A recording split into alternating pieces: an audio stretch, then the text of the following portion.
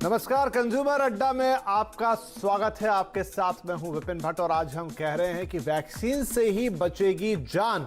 और ऐसा इसलिए क्योंकि इस वक्त भारत में वैक्सीनेशन जो है वो बहुत जोरों पर है। भारत ने रिकॉर्ड बनाया है 10 करोड़ वैक्सीन को सबसे कम वक्त में देने का। सिर्फ 85 दिनों के अंदर भारत ने 10 करोड़ लोगों को वैक्सीनेट कर दिया है, जो दुनिया में सबसे तेज है। लेकिन बहुत ज्यादा खुश होने की बात नहीं है, क्योंकि आबादी के लिहाज से हम 55वें नंबर से भी पीछे हैं। मतलब जितने हमारे लोग हैं, अगर उस लिहाज से वैक्सीनेशन की रफ्तार देखी जाए तो हम काफी पीछे चल रहे हैं। लेकिन इस बीच अच्छी खबर यह है कि अब भारत में भी स्पुतनिक वी, जो कि एक रूसी वैक्सीन है और जिसकी एफिकेसी 91% है, उसके इमरजेंसी इस्तेमाल की मंजूरी मिल गई है। यानी ये भी अब भारत में लगाई जा सकेगी और इस तरह से भारत के पास अब 3 वैक्सीन हो गई हैं कोरोना के खिलाफ। तो अब यहां से वैक्सीनेशन की रफ्तार को कितना तेज करने की जरूरत है? क्या सबको वैक्सीन अब दी जानी चाहिए irrespective of their age and everything? कितना तेज करना होगा हमें अपने वैक्सीनेशन का ये प्रोसेस, और स्पुतनिक वी उसमें हमारी कितनी मदद करेगी, और हमारी बाकी की 2 वैक्सीन के लिए हमें क्या करना है, इसी पे आज हम करेंगे चर्चा। क्योंकि अब जो सबसे इफेक्टिव हथियार हमारे पास रह गया है कोरोना के खिलाफ, वो शायद वैक्सीन ही है, क्योंकि कोरोना की रफ्तार इस समय नहीं रुक रही। तो आज हमारे साथ चर्चा में शामिल हो रहे हैं डॉक्टर रवि मलिक, चेयरमैन है रेडिक्स हेल्थ केयर के।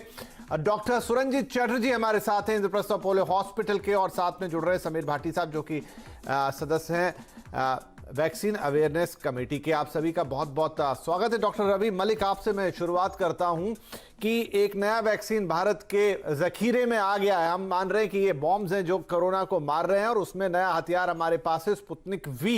इससे हमारी इफेक्टिवनेस कितनी बढ़ जाएगी कोरोना के खिलाफ?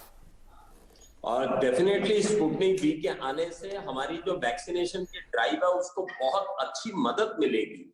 ये एक बहुत अच्छी पहल है कि सरकार ने जो है एक और मशीनरी को बीच में इन्वॉल्व कर दिया, क्योंकि हमारा जो एपिटाइट है वैक्सीन का बहुत ज्यादा है। हमारे को 138 करोड़ की पॉपुलेशन को वैक्सीनेट करना, और वो भी 2 डोज करनी है। तो आप इमेजिन कर सकते हैं कितनी ज्यादा डोजेस की हमारे को जरूरत है। तो कोविशील्ड और कोवैक्सीन के साथ में स्पुतनिक के आने से इसके अंदर बहुत अच्छा इजाफा हुआ है, और मुझे लगता है कि इससे हर्ड इम्यूनिटी हमारी बड़ी जल्दी बढ़ेगी। और हमारी जो वैक्सीनेशन एक्चुअली क्या है, हमारा वैक्सीनेशन तंत्र जो है वो पहले से ही बड़ा मजबूत है। हमारे जो इंफ्रास्ट्रक्चर है और जो हमारी आर्टरीज हैं जहां से हम वैक्सीनेशन सबको देते हैं, वो सब बहुत मजबूत है। हमारी जो चैनल्स हैं बड़ी मजबूत है। हमारी स्टोरेज साइट्स हो गई, हमारी लास्ट माइल तक की अवेलेबिलिटी हो गई वैक्सीन को, बहुत है। सिर्फ इसके अंदर हमें वैक्सीन का ब्लड डालने की जरूरत है, और वो हमारे को वैक्सीन और ज्यादा मिल गई है। तो मुझे लगता है कि ये प्रोग्राम हमारे कोविड के खिलाफ लड़ाई को बहुत मजबूती देगा, और ये सही टाइम पर आया है। जबकि केसेस बढ़ते जा रहे हैं, आज भी 1,61,000 केसेस हुए हैं, तो हमारे सामने एक तरह से संजीवनी बूटी एक और स्ट्रेंथन होकर हमारे सामने आई है। राइट। डॉक्टर सुरंजीत, मुझे समझाइए कि जो लोगों को सिंगल डोज भी वैक्सीन का मिल जाता है, मान लीजिए कि सिंगल डोज आपने दे दिया, अभी दूसरा डोज लगना बाकी है, तो उस दौरान भी क्या किसी व्यक्ति को मदद मिलती है कोरोना से लड़ाई? मतलब उसको वैक्सीन ना ही लगी होती, उसके मुकाबले उसके पास कम से कम बॉडी में एक डोज है, तो क्या कोरोना वायरस से फाइट करने में उसे कोई मदद मिलती है? जरूर मिलती है, क्योंकि हमारी जब इम्यूनिटी बिल्डअप होती है बॉडी में, तो एंटीबॉडीज भी बनते हैं, जो कि डेफिनेटली हेल्पफुल है।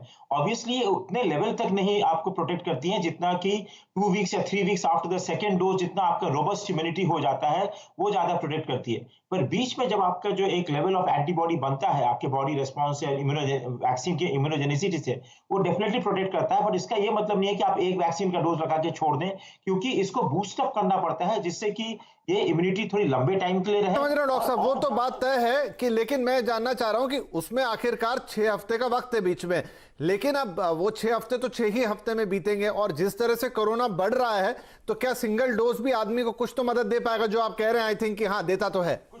कुछ तो मदद देगा, पर एक चीज का हमको सबको ध्यान रखना चाहिए कि जितने भी वैक्सीन आ जाए, जो भी आ जाए, अगर हम लोग कोविड एप्रोप्रिएट बिहेवियर नहीं करेंगे तो ये सब हम मात खा जाएंगे, बहुत दिक्कत होगी। कोविड एप्रोप्रिएट बिहेवियर बहुत जरूरी है इस देश में, सब जगह में, भले ही वो हमारे फेस्टिवल्स क्यों ना हो जाए, हमारे फंक्शंस क्यों ना हो जाए, हमारी रैलीज क्यों ना हो जाए, अगर हम जब तक उसको नहीं ठीक करेंगे, सिर्फ vaccine is obviously very important, पर सिर्फ वैक्सीन पूरा इफेक्टिव नहीं हो पाएगी। बात तो आपकी डॉक्टर साहब सही है, लेकिन अब आप ही देख रहे हैं चारों तरफ के कोविड एप्रोप्रिएट बिहेवियर को लेकर हम कितने सजग हैं या क्या मजबूरियां हैं। कुंभ मेला भी हो रहा है, चुनाव भी हो रहे हैं, और जहां ये सब नहीं भी है वहां पर भी कई तरह के प्रॉब्लम्स हैं, दिक्कतें हैं, और या फिर लोगों के रोजगार है, तो वो थोड़ा कॉम्प्लिकेटेड क्वेश्चन हो जाता है। लेकिन स्टिल हम देख रहे हैं कि वैक्सीन से एक शील्ड तो बन रही है हमारी तरफ। भाटी साहब, हमें ये बताइए कि इस समय भारत ने एक बड़ा अचीवमेंट तो ये कर लिया कि आपने 85 दिनों में 10 करोड़ वैक्सीन लगाकर एक रिकॉर्ड बना दिया। ऐसे अच्छी बात है, लेकिन दूसरी तरफ दिक्कत यह है कि जितनी आबादी है उस लिहाज से हम बहुत पीछे हैं। तो क्या हमें अपने इस वैक्सीनेशन के नंबर को तुरंत मतलब तुरंत, क्योंकि अब कोरोना फुल फ्लैजेडली आ गया है, हर हाल में बढ़ाना होगा? बिल्कुल, देखिए इसमें दो बात है। एक तो बढ़ाना तो बिल्कुल होगा ही होगा, स्पीड अप तो करना ही करना है, पर एक चीज़ और, जिस तरह से हम ड्राइव कर भी रहे हैं वैक्सीनेशन में, अभी जो फिलहाल हमें देखना आई है कि जो हेजिटेंसी और ईगरनेस वाली बात थी, जो बैलेंसिंग था, पहले चल रहा था कि कुछ कुछ जगह पे हेजिटेंसी थी और कुछ कुछ जगह पे ईगरनेस, पर जो वो हेजिटेंसी वो कंपैरेटिवली बहुत ही कम आ गई है और ईगरनेस एकदम से बढ़ गई है। शहरों में तो खास तौर पे बहुत ही ज़्यादा एकदम से भीड़ हो गई है और लोग लगवाना भी चाहते हैं। फिर रही बात दूसरी जो डिमांड एंड सप्लाई की, तो अभी बिल्कुल से एकदम डिमांड इंक्रीज हुई है हमारी। अभी अगर एग्जिस्टिंग कंपनीज की बात भी करें तो कोवैक्सीन की महीने की 50 लाख डोज बनाने की जो है क्षमता है, और कोविशील्ड की 7 करोड़ से शायद 10 करोड़ तक की इस तरह की कुछ क्षमता है। बट अब आप इसके अंदर एक चीज़ देखिए कि अभी हमारा जो स्पुतनिक को अप्रूवल भी मिला है, इमरजेंसी अप्रूवल, तो उसमें अभी थोड़ा सा समय लगेगा, शायद अप्रैल एंड तक या मई के फर्स्ट वीक तक वो थोड़ा थोड़ा सप्लाई करना शुरू करेंगे। तो फिलहाल हमारे पास जो 7 crore dose per month available है, उसको लेके हमें आगे बढ़ना होगा। और जिस तरह से सबसे इम्पॉर्टेंट हमारा जो हाई रिस्क वाला ग्रुप है, उसको तो एज अर्लीस्ट हमें टारगेट करके जो है उनको वैक्सीनेट करना ही पड़ेगा। जी ठीक है, मेरे पास जो आंकड़े हैं वो मतलब थोड़ा आगे पीछे हो सकते हैं कि 4 करोड़ के आसपास इस वक्त है हमारी स्ट्रेंथ बनाने की कोविशील्ड और कोवैक्सीन की, और जब इसमें स्पुतनिक भी जुड़ जाएगी तो 7 करोड़ के ये ऊपर जाएगी। लेकिन फिर भी डॉक्टर मलिक, हम ये देख रहे हैं कि एक तो हो गया वैक्सीन का प्रोडक्शन, दूसरा होता है उसका डिस्ट्रीब्यूशन, फिर उसमें एक्सपायरी भी होती है। तो यहाँ पर कुछ राज्यों की तरफ से शिकायतें आ रही हैं, उसमें पॉलिटिक्स का एंगल हम अलग रखते हैं, लेकिन कई जगह पे लोग जो है वो बेरंग वापस आ रहे हैं। कई लोगों से हमारी बातचीत हुई है जिनको या तो पहला डोज लग गया है तो दूसरा नहीं लग पा रहा है, या कईयों को जिनका पहली बार नंबर आया तो वहां उन्हें वैक्सीन रजिस्ट्रेशन हो गया लेकिन लगी नहीं, जो भी रीजन रहा। तो ये भी एक डिस्पैरिटी है जिसको हमें ठीक करना होगा हर हाल में। देखिए डेफिनेटली जैसे ही दूसरी तीसरी कंपनी आएगी तो ये भी, अगर कोई छोटी मोटी टीथिंग ट्रबल्स चल रही हैं, ये भी जो है कहीं ना कहीं पर वो गैप को भरेगी। लेकिन मैं बताना चाहूंगा, जैसे मैं अपने हॉस्पिटल के अंदर भी वैक्सीन दे रहा हूँ, वैक्सीन की जहां तक शॉर्टेज का ताल्लुक है वो अभी तक तो कोई कहीं पर ऐसी आई नहीं है। हो सकता है कभी किसी सेंटर पे 1-2 दिन के लिए अगर वैक्सीन की कमी आ भी जाती है, दोबारा आ जाती है, तो वैक्सीन देने का भी, सेकेंड डोज देने की भी रेंज है। जैसे 6 से 8 हफ्ते के बीच में आप कभी भी दे सकते हैं, या 4 से 6 हफ्ते के बीच में कभी भी दे सकते हैं। तो उसमें हो सकता है कि 2-1 दिन का डिले हो जाए, लेकिन मैं नहीं समझता कि ऐसी भी कोई जगह होगी जहां पे 2 हफ्ते से वैक्सीन नहीं आ रही और सेकंड डोज लोग नहीं ले पा रहे हैं। इस तरह की स्थिति अभी नहीं है। और मेरे ख्याल से स्पुतनिक के आने से, और स्पुतनिक ने इतना तक भी दावा किया है कि ये 85 करोड़ की 850 मिलियन की भी कैपेसिटी के साथ में ये 1 साल में प्रोडक्शन कर सकते हैं। तो अगर ये प्रोडक्शन रैंप अप हो जाती है, डेफिनेटली कई चीजें फाइन ट्यून करने वाली हैं। स्पुतनिक वी का जो टेम्परेचर जिसमें कि हमारे को स्टोरेज करनी चाहिए -18 डिग्री है। दूसरा, यहाँ इसकी कॉस्ट का भी थोड़ा फैक्टर है। शायद दूसरी वैक्सीन जो है $2 के करीब की मिलती है, लेकिन स्पुतनिक ने जो अभी तक सप्लाई की है $10 की है। कुछ चीजें अभी और फाइन ट्यून करने वाली रहती हैं, लेकिन ये बहुत अच्छी मूव है। इसके साथ में मैं एक चीज और बताऊंगा, एक आजकल सिंड्रोम चल रहा है जिसको PVOC सिंड्रोम हम कहते हैं, post vaccination over confidence syndrome. ये मैं विटनेस करता हूँ ग्राउंड के ऊपर, जब भी मैं वैक्सीन वगैरह देता हूँ अपने अस्पताल में, पेशेंट्स को ऐसा लगने लग गया कि वैक्सीन आ गई तो पता नहीं क्या ब्रह्मास्त्र आ गया। मैं ये बताना चाहूंगा वैक्सीन के बावजूद भी आपको 15, 20, 25%, 30% बीमारी होने की उम्मीद है। अगर आपको वैक्सीन भी लग जाए, आप मास्क लगा के रखें, ये बड़ी इंपॉर्टेंट चीज है। जिसको वैक्सीन लगी वो सोचता है शायद अब मेरे को वो होगा ही नहीं और मैं मास्क ना लगाऊं। ये बड़ी इंपॉर्टेंट चीज आपके माध्यम से बताना चाहूंगा। दूसरी चीजें बताना चाहूंगा कि वैक्सीन की प्रोटेक्शन का भी एक अपना पर्टिकुलर रेट है और इस वक्त हमारी हर्ड इम्यूनिटी बढ़ी नहीं है। मात्र हमारी 2% पॉपुलेशन को अभी तक 2 वैक्सीन पूरी मिली हैं, तो अभी हर्ड इम्यूनिटी बढ़ी नहीं है। अभी वो स्टेज नहीं आई है कि हम ओवर कॉन्फिडेंट हो जाए। तो ये बहुत संभल के चलने वाली चीज है। और जिस तरह से आंकड़े बढ़ रहे हैं, गत पिछले 1 महीने में जिस तरह से 10 गुना कोविड का आंकड़ा बढ़ गया है, ये वाकई चौंकाने वाली, डराने वाली बात है, खासकर हमारी पीडियाट्रिक पॉपुलेशन के लिए, बच्चों के लिए जो 18 साल से कम है। क्योंकि इस वक्त जो कोविड आ रहा है वो छोटे बच्चों को भी थोड़ा इफेक्ट उसने करना शुरू कर दिया। तो हम लोगों को ये प्रिकॉशंस लेनी पड़ेंगी, अपने लिए लेना ले, अपने बच्चों के लिए जरूर ये प्रिकॉशंस लेनी पड़ेंगी। इसीलिए ये सवाल जो मैं भाटी साहब से भी पूछा था, एक बार मैं डॉक्टर सुरंजीत आपसे भी पूछना चाहता हूं कि वैसे ये बहुत ही वेल साइंटिफिकली डिजाइन पैटर्न में लग रही है कि पहले आपने एल्डरली पॉपुलेशन को दी, उसके बाद वर्नरेबल पॉपुलेशन को दी है, उससे पहले आपने फ्रंट लाइन। लेकिन क्या अब हमारे लिए वक्त आ गया है कि हम ये एज बार हटा के जितना पॉसिबल है पॉपुलेशन के जितने बड़े irrespective of their age and everything देना शुरू करें वैक्सीन? देखिए, थियोरेटिकली बात करें तो जितना ही सब पूरे एज बार को हटा के हमें सबको देना चाहिए वैक्सीन। बट एक पॉसिबिलिटी होती है कि जहां इसमें ऐसा नहीं होना चाहिए कि जो हमारे हाई रिस्क लोग हैं या जो हमारे वल्नरेबल लोग हैं वो छूट जाए इस पर। तो क्योंकि जितना भी हमारे पास सब कुछ चाहिए, हमको मैन पावर चाहिए, हमको वैक्सीन की अवेलेबिलिटी चाहिए, हमको पूरे आवर्स ओपन चाहिए। सो ये सब चीजें जो पूरा है, इसमें एक प्रॉब्लम हो सकती है to vaccinate all age groups. So I think I will still support the government कि उनका जो स्ट्रैटेजी है अभी तक ठीक है, धीरे धीरे उनको ओपन करना है। जैसे जैसे मोर वैक्सीन अवेलेबल होंगे, जैसे जैसे हमारी फैसिलिटीज और रैंप अप होंगी, क्योंकि वैक्सीन अगर लगाना 24 घंटे खोल दो, उसको ऑल एज ग्रुप के लिए खोल दो, पर इसके लिए हमारे पास man power, facility and availability of vaccine for this thing होना ही चाहिए। क्योंकि ये बहुत गलत बात होगी कि जो सीरियस हो सकते हैं मरीज, उन एज ग्रुप को हम लोग नहीं दें और हम लोग यंगर एज ग्रुप को दे दें। ये बात आपकी सही है कि यंगर एज ग्रुप इन्फेक्शन को घर में लाते हैं और उनसे एल्डरली लोग भी इन्फेक्ट हो जाते हैं। पर स्टिल द स्ट्रैटेजी को प्रायोरिटाइज जो करने वाली बात है कि वल्नरेबल एज ग्रुप तो बिल्कुल एग्रीड है, बिल्कुल एग्रीड है। इस जो प्रक्रिया जो ली गई है कि पहले एल्डरली फिर 45 तक, वो तो बिल्कुल सही है, क्योंकि वैक्सीन स्प्रेड को नहीं रोकता है, वैक्सीन उससे लड़ने की ताकत देता है। तो पहले ताकत उन्हें दीजिए जिनके पास ताकत कम है। बिल्कुल सही है, कोई बात नहीं।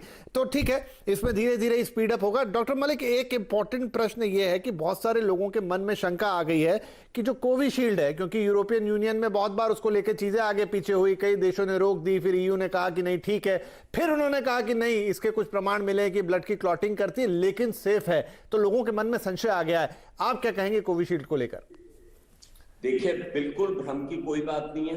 कोविशील्ड ही मैंने हजारों के करीब तो अपने अस्पताल में दी और पूरे देश भर में 10 करोड़ वैक्सीन अभी तक हम दे चुके हैं। 10 करोड़ से कहीं ज्यादा हम वैक्सीन दे चुके हैं। इसके बाद तो और कोई प्रमाण की जरूरत भी नहीं है। एक भी मृत्यु ऐसी नहीं हुई है जो कि डायरेक्टली वैक्सीन ने इंड्यूस की हो वो मृत्यु। आज तक एक भी ऐसी मृत्यु नहीं हुई है। इससे बड़ा कोई प्रमाण नहीं है। इसके बाद भी अगर लोग भ्रम फैलाते हैं, उनकी तो बहुत गलती है, लेकिन जो भ्रम में आते हैं उनकी भी बहुत ज्यादा गलती है। इससे ज्यादा कोई स्टडीज की आवश्यकता नहीं है। वैसे तो ये वैक्सीन अपना पूरा तब करके आई है, pre clinical trial, clinical trial phase 1, 2, 3 सबसे तब करके आई है। हमारे को इनमें संशय नहीं होना चाहिए। उसके बाद हमारे शुरुआत के अंदर हमारे डॉक्टर्स नर्सेस ने लेके प्रमाण दिया है, 1.5-2 लाख हमारे डॉक्टर्स नर्सेस ने लेके दिया कि सेफ है।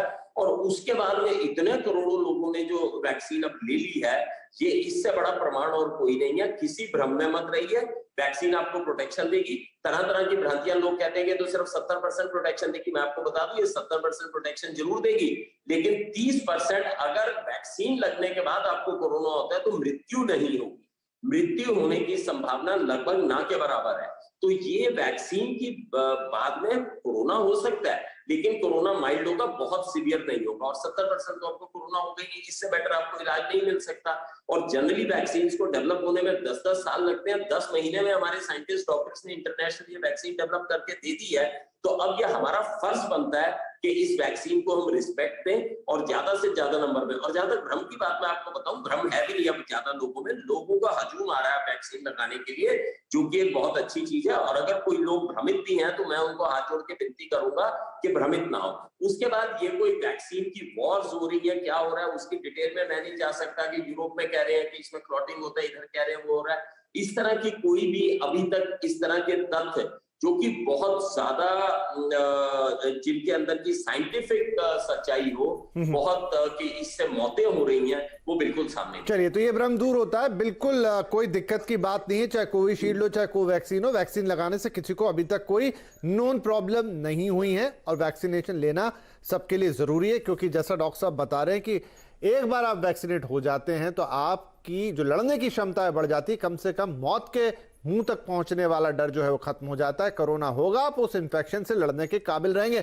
भाटी साहब, जो थोड़ी देर पहले हम बात कर रहे थे, दिल्ली से ही हमने देखा कि दिल्ली सरकार ही जो है वो केंद्र को चिट्ठी लिख रही है और कह रही है कि आप हमें कम से कम 10 दिन का स्टॉक दीजिए। तो ग्राउंड पर क्या स्थिति है? क्या सच में कहीं कमियां पड़ रही हैं या थोड़ा मिसमैनेज्ड डिस्ट्रीब्यूशन का क्या हो रहा है? देखिए, दिल्ली के अंदर इस तरह से देखा जाए ग्राउंड लेवल पे कोई शॉर्टेज तो नज़र नहीं आ रही है, पर दिल्ली में अगर वैसे देखा जाए तो जो हम बात कर रहे थे यूथ का जो इन्फेक्टिविटी रेट है कि 65% के करीब अभी जो करंट डेटा है उसमें हमारा यूथ इन्फेक्टेड है। तो जिस तरह से दिल्ली सरकार ज़्यादा से ज़्यादा उस चीज़ के लिए बात कर रही है कि वैक्सीनेशन फॉर ऑल, उस चीज़ के लिए बात चल रही है, पर उस तरह से देखा जाए तो दिल्ली के जो छोटे से छोटे शहर और गाँवों में कहीं पर भी ऐसी कोई वैक्सीन की किल्लत तो नज़र नहीं आ रही है। और ड्राइव और डिस्ट्रीब्यूशन में भी इस तरह का नहीं हो रहा। और वैसे देखा जाए तो जो वेस्टेज वाली बात भी है दोनों कोविशील्ड और कोवैक्सीन की, वो भी ऐसी नहीं देखी जा रही है, क्योंकि जो हमें और दूसरे जगह से नज़र आ रही थी।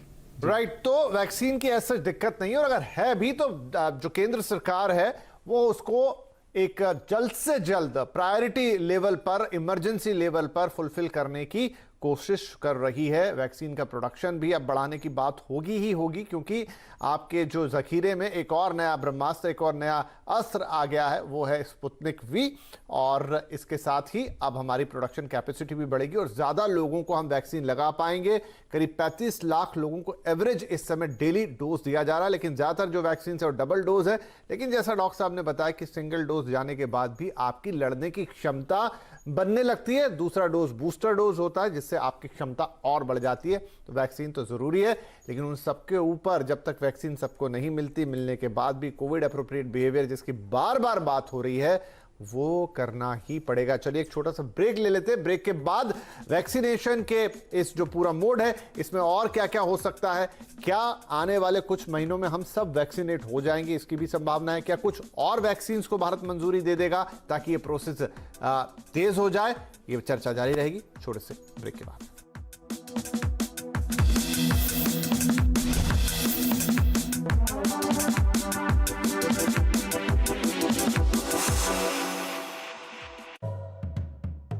ये है सचिन कुकरेजा। इन्हें टोस को टच करना मुश्किल लगता है, पर अब स्टॉक्स पे investing in stocks easy. Stocks buy या सेल करो सीधे अपने फोन से। अब स्टॉक स्टार्ट करके देखो। Investment in securities market are subject to market risks. Read all the related documents carefully before investing. Luxury is not just about tradition. A rule book that dictates what can be done and what cannot. Luxury is a challenge, telling us what has been done and what is yet left to do. The new 6. Luxury Recrafted.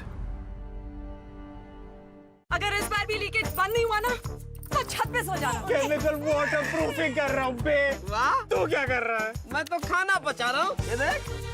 Bar bar chemical waterproofing नहीं, एक बार Asian paints dam proof कराओ। Warranty वाले waterproofing के लिए call करें 8050480504। बाजार शुरू होने से पहले कीजिए मुनाफे की तैयारी। जो सेक्टर लीडर्स हैं छोटी स्पेस में, वहां पर आपको शानदार तेजी आती हुई दिख रही है। जानिए सेंसेक्स और निफ्टी की कैसी होगी चाल। पहला टफ जोन होगा वो है 717। और कौन से स्टॉक्स आपको बनाएंगे मालामाल। जहाँ पर भी एक हल्का सा लाल निशान आता हुआ दिखे उसको खरीद के जाएं। देखिए मुनाफे की तैयारी सिर्फ CNBC आवाज पर। के प्रायोजक है Amul, the taste of India. स्वागत है आपका ट्रेडर्स हॉटलाइन में। शेयरों से जुड़े हर सवाल का मिलेगा जवाब। क्या करना चाहिए, प्रॉफिट बुक करो कि होल्ड करना चाहिए? डेफिनेटली कोई भी अपसाइड आती है तो उनको एक प्रॉफिट बुक करके चलना चाहिए। FNO में क्या पोजीशन लें, होल्ड करें या बेच दें? अगर हमें नजदीक का ट्रेनिंग स्टॉप लॉस मिलता है तो हम होल्ड करने की सलाह देते हैं। मैं नहीं समझता कि ये सही समय है अभी एग्रेसिव होकर लॉन्ग पोजीशन बनाने का। स्टॉक्स से जुड़े आपके हर कंफ्यूजन का वन स्टॉप सॉल्यूशन। अगर आप हमारे साथ ट्रेड कर रहे थे जिन पे हमारे एक्सपर्ट आपको यहाँ पर कॉल दे रहे हैं तो आपका मुनाफा जरूर बना होगा। Co-powered by Century Ply, आग से बचाएं।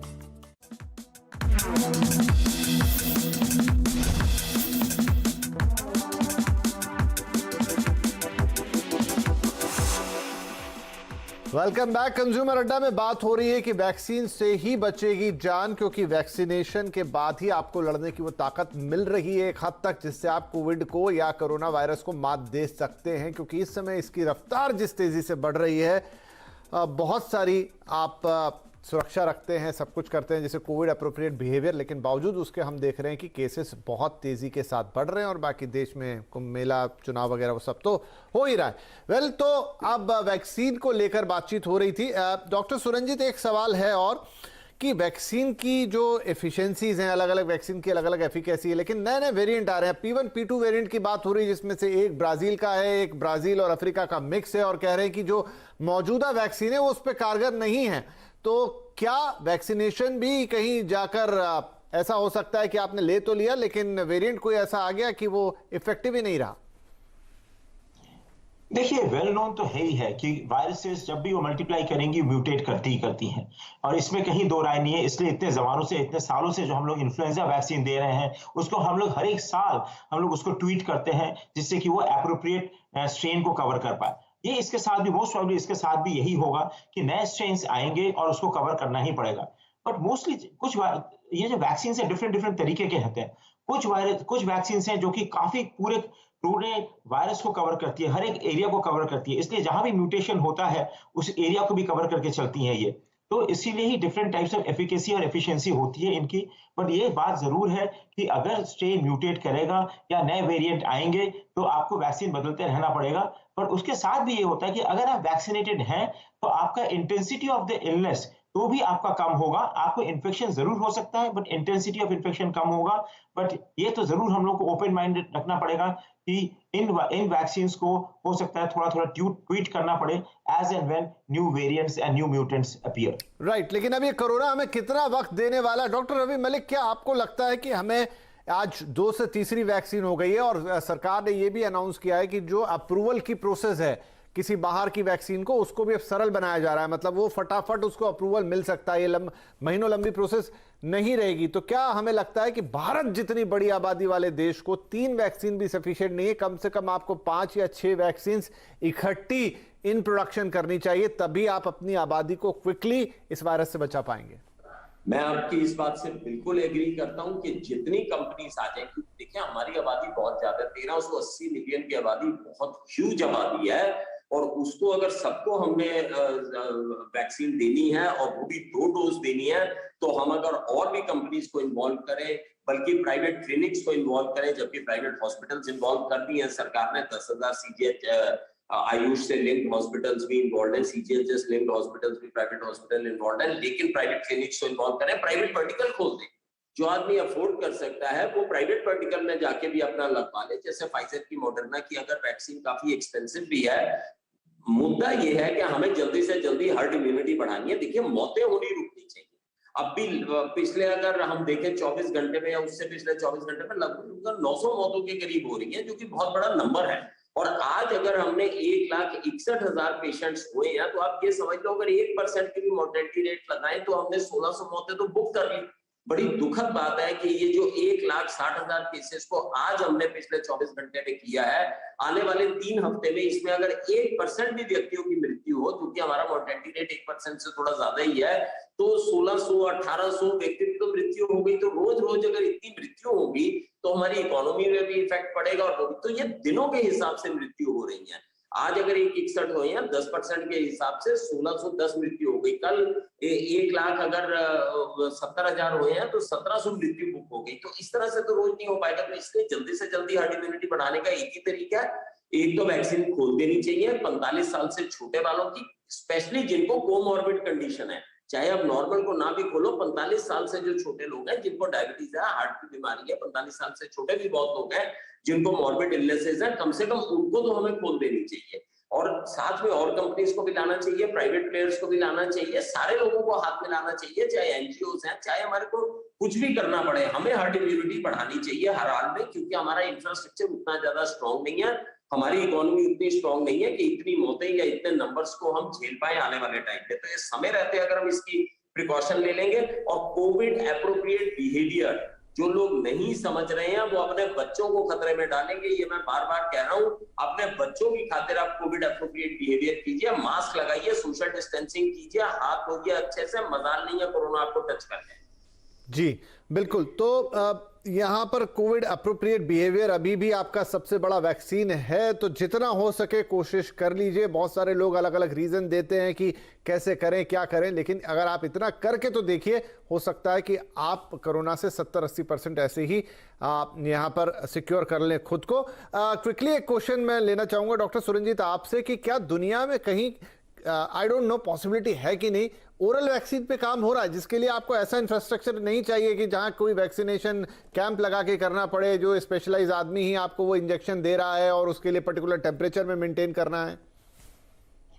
देखिए, नेजल वैक्सीन की तो बात चली रही है और स्टडीज भी हो रहे हैं। अगर वो आ जाएंगे तो obviously it will be much easier and cheaper तो नहीं बता सकता, but it will be much easier और ज्यादा लोगों को हम दे पाएंगे। पर इस पर अभी भी रिसर्च जारी है और ये जब भी अवेलेबल अगर होता है तो ये एक बहुत ही बड़ा बेनिफिट होगा पूरे सोसाइटी के लिए, वर्ल्ड की पूरी सोसाइटी के लिए बहुत ज्यादा बेनिफिट होगा इस चीज। राइट, इजराइल वगैरह से कुछ खबरें बीच में आई भी थी कि इस तरह की किसी दवाई पर काम हो रहा है। इनफैक्ट जो जायडेस कैडिला भारत की कंपनी है उसने कहा है कि उन्होंने कोई दवा इजाद की है जो फेफड़ों के संक्रमण को बहुत जल्दी, मतलब कोविड का जो फाइनल इंपैक्ट होता है कि आपके लंग्स इन्फेक्टेड होते हैं, उसके लिए उन्होंने कोई दवा खोजी है और जिसका अप्रूवल अभी चाहिए। लेकिन अब ये सब भविष्य की चीजें हैं, लेकिन अगर आ जाती हैं तो शायद हमारे लिए बहुत बड़ी ये एक उपलब्धि होगी, लेकिन उसके लिए इंतजार करना पड़ेगा। और जब तक वो सब नहीं होता और इनफैक्ट जब तक आपको वैक्सीन भी नहीं लग जाती, जैसा हमारा पूरा डॉक्टर पैनल कह रहा है कि Covid appropriate behaviour, mask, social distancing और हैंड सैनिटाइजेशन चाहे जो करके करना पड़े, करने की कोशिश तो कीजिए, क्योंकि और कोई चारा है नहीं। उम्मीद करेंगे कि जल्द से जल्द सबको वैक्सीन लगे, आपका नंबर भी जल्दी आए, क्योंकि यही हमारा सुरक्षा कवच है। फिलहाल आप सभी महानुभावों का इस कार्यक्रम में शामिल होने के लिए बहुत शुक्रिया। नमस्कार।